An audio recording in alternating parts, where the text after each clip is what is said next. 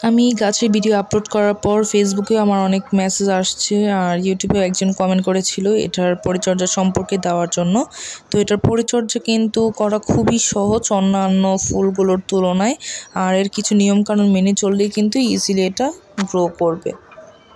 তো চলুন চলে যাই আমার সুন্দর বারান্দায় আর তারপর জেনে আসি কিভাবে গাছগুলোর পরিচর্যা করতে হয় আর কি কি সারগুলো ব্যবহার করতে হবে।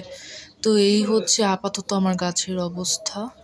দেখতে পাচ্ছেন ফুলগুলো কত সুন্দর করে ফুটে আছে। প্রায় 2-3 দিন কিন্তু হয়ে গিয়েছে, আমি এখনও বড় টবে দেইনি, তাও কিন্তু অনেক সুন্দর মতো এটি গ্রো করছে।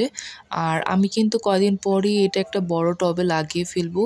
আর এই ফুলের সবচেয়ে পছন্দের খাবারই হচ্ছে কিন্তু সার। আর এই ফুলগুলো কিন্তু পানি খুবই কম পছন্দ করে, লাইক মি।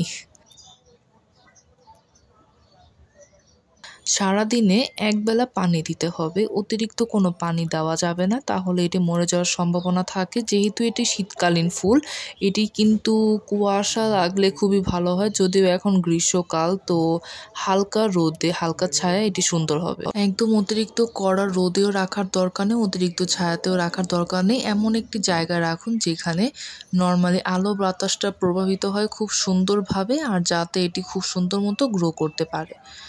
আর অবশ্যই এই গাছে সার ব্যবহার করবেন, যেমন বাসার যেই আমরা সারগুলো মেক করে থাকি, খাবারের পর যে খোসাগুলো থাকে, তারপর ডিমের যে খোসাগুলো থাকে, চাইলে চা পাতিও কিন্তু আপনারা ব্যবহার করতে পারেন।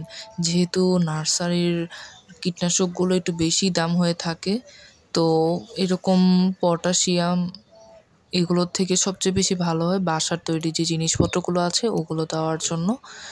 আর অবশ্যই আপনারা কিন্তু এটি একটি বড় টবে দিয়ে দিবেন, যদিও আমার লেট হয়ে গিয়েছে, বাট পরবর্তীতে আমি এটি বড় টবে দিয়ে তারপর দেখাবো।